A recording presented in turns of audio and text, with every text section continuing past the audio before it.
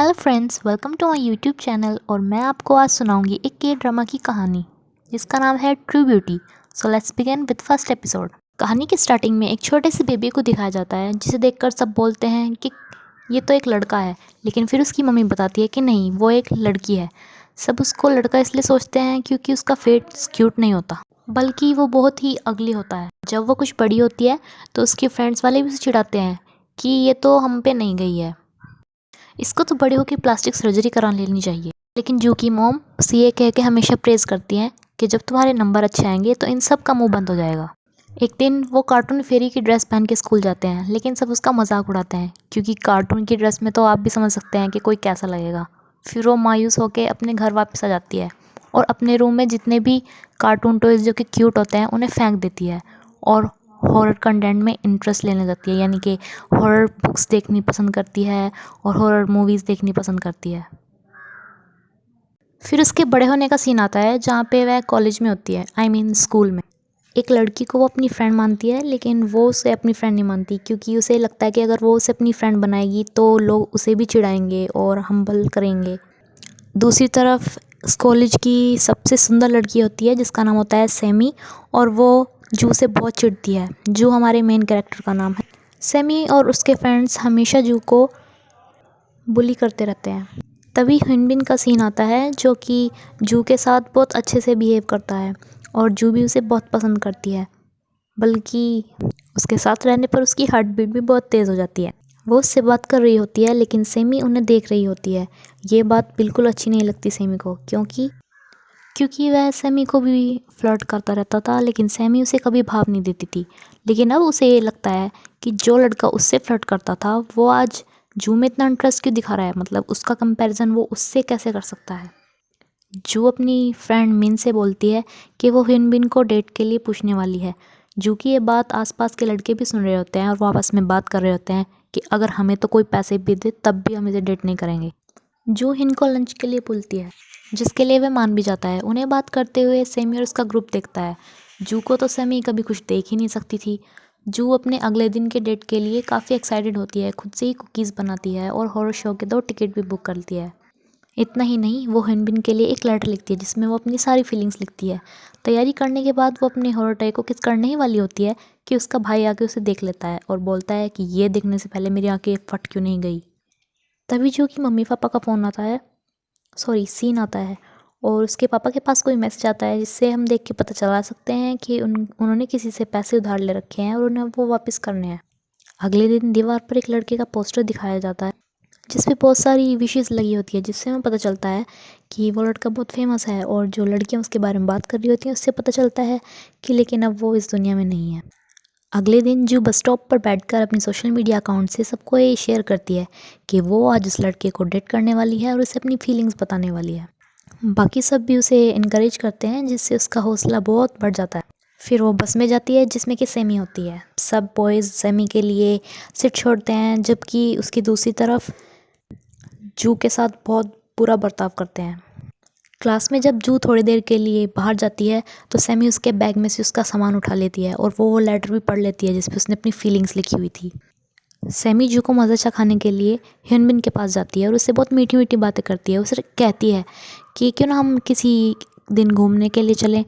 तो ह्यूनबिन तो पहले से ही उस पर फ्लैट था, भला वो कैसे मना कर सकता था। फिर जू की मोम का सीन आता है। उनसे कुछ लोग पैसे मांगने के लिए आते हैं जो उनके पति के पास जिसका मैसेज आया था। फिर जू ह्यूनबिन के पास जाती है और उसे वो कार्ड देती है जिस पर उसने अपनी फीलिंग लिखी हुई थी, लेकिन ह्यूनबिन उसे रिजेक्ट कर देता है, ये बोल के कि मैंने तुम पे ज़रा सी दया क्या दिखा दी, तुम्हें लगा कि मैं तुम्हें डेट करूँगा। भगवान ने तुम्हें अकल तो दी नहीं लेकिन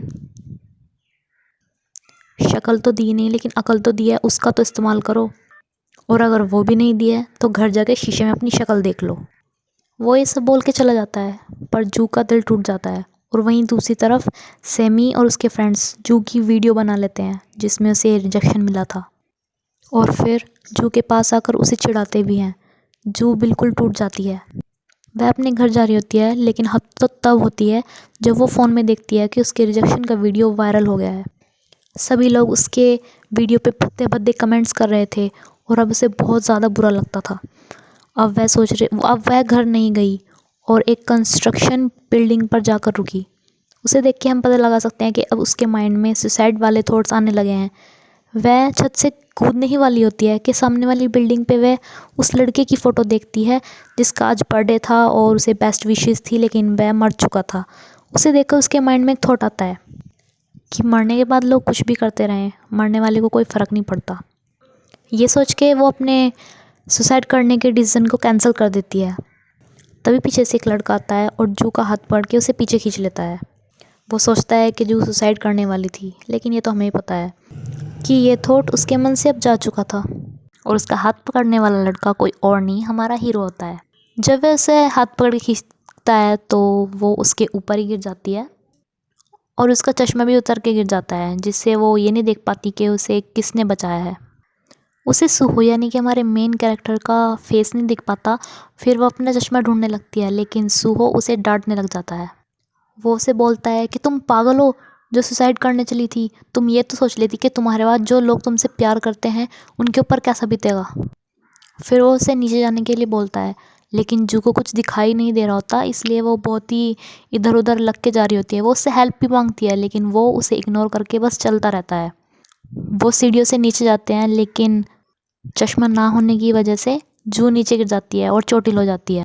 और फिर हमारा एक्टर उसे अपने ऊपर उठाता है और उसे अपनी पीठ पे उठा के लेके जाता है।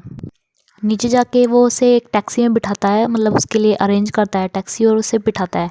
फिर टैक्सी में बैठ के जू से बोलती है कि तुम्हारी बातों को सुन के ऐसा लगता है जैसे तुम्हारे भी किसी अपने ने सुसाइड किया हो, तभी तुम इतने गुस्से में आ गए थे, है ना। लेकिन सुहो उसकी बात को इग्नोर करता है।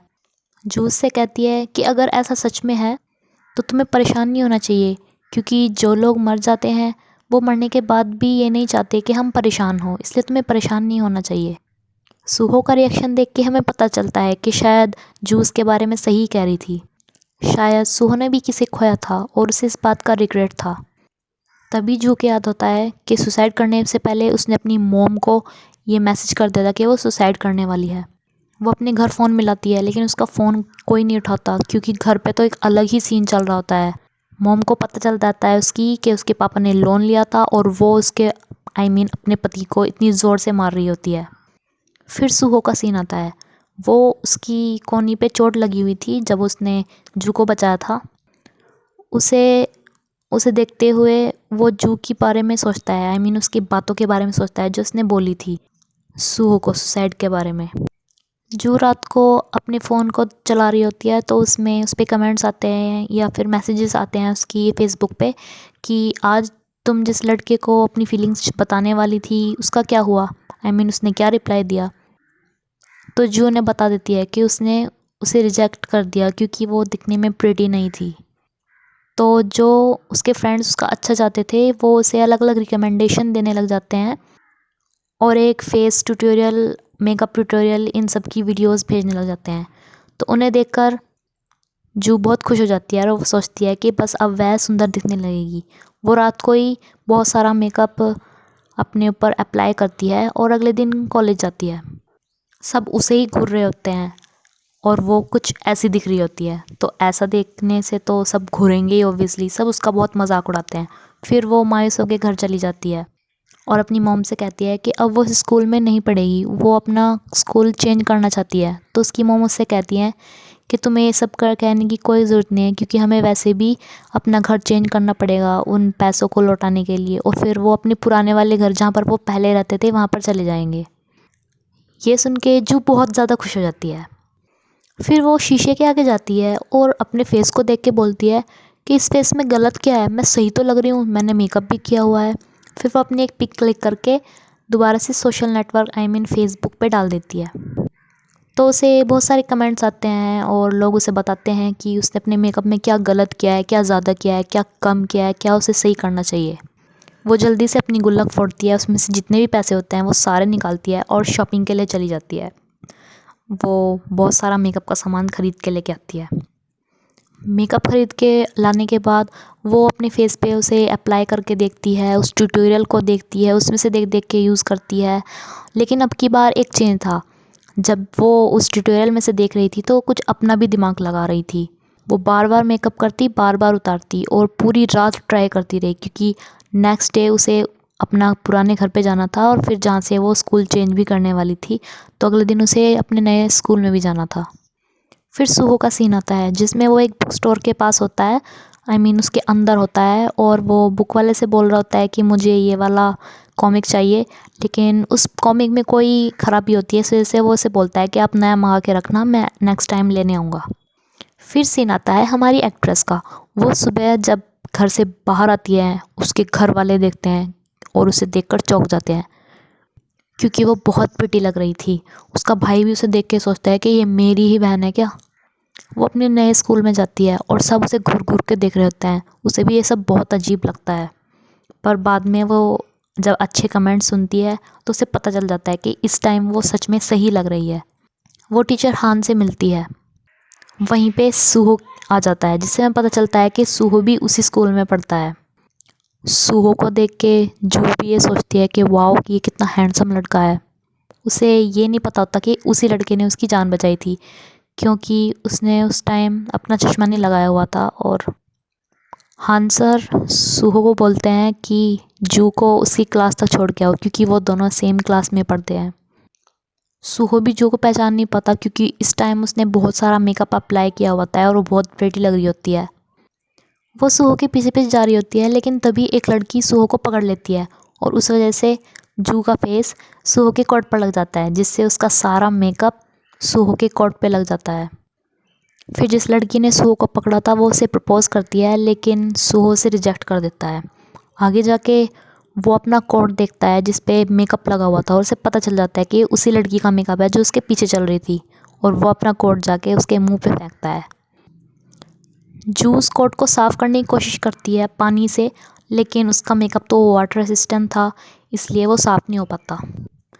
फिर टीचर जू को सबसे मिलवाते हैं और उसे बोलते हैं सुहो के साइड वाली सीट पे बैठने को, लेकिन कोर्ट वाले इंसिडेंट के बाद जू सुहो से थोड़ा घबरा जाती है, तो वो सर को बोलती है कि उसकी आईसाइट वीक है, इसलिए वो कहीं आगे बैठना चाहती है।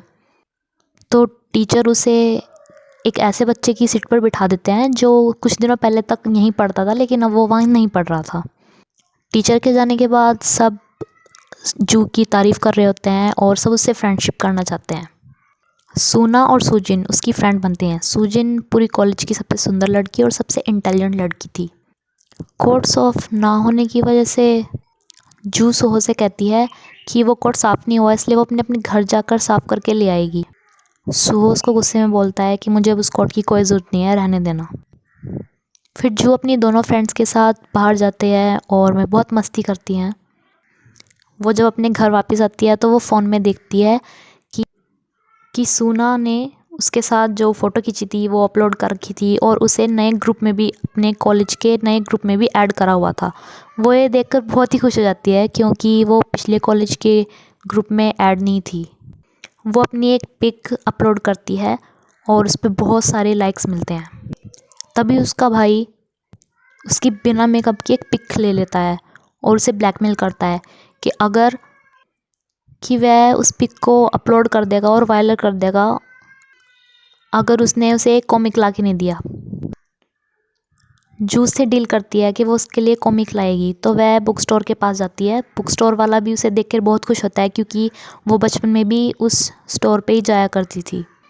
वो उस कॉमिक को ढूंढने लग जाती है। जब उसे कॉमिक मिलता है तो वो उसे लेने के लिए जाती है, तभी पीछे से कोई लड़का आके उसी कॉमिक को लेने की कोशिश करता है। दोनों में खींचातानी होती है और जू उस लड़के के ऊपर गिर जाती है। गेस व्हाट, वो लड़का हमारा एक्टर ही होता है। उसे देख के जू बहुत घबरा जाती है। वह सोचती है कि अरे ये तो वही है जो स्कूल में था और ये मुझे पहचान लेगा और फिर स्कूल में सबको बता देगा। लेकिन सू तो उसे पहचानते ही नहीं है। उसे तो पता है कि ये वो लड़की है जिसको उसने सुसाइड के टाइम पे बचाया था। तो फर्स्ट एपिसोड ख़त्म होता है दोस्तों। हम कल को नए एपिसोड के साथ आएंगे। Thank you.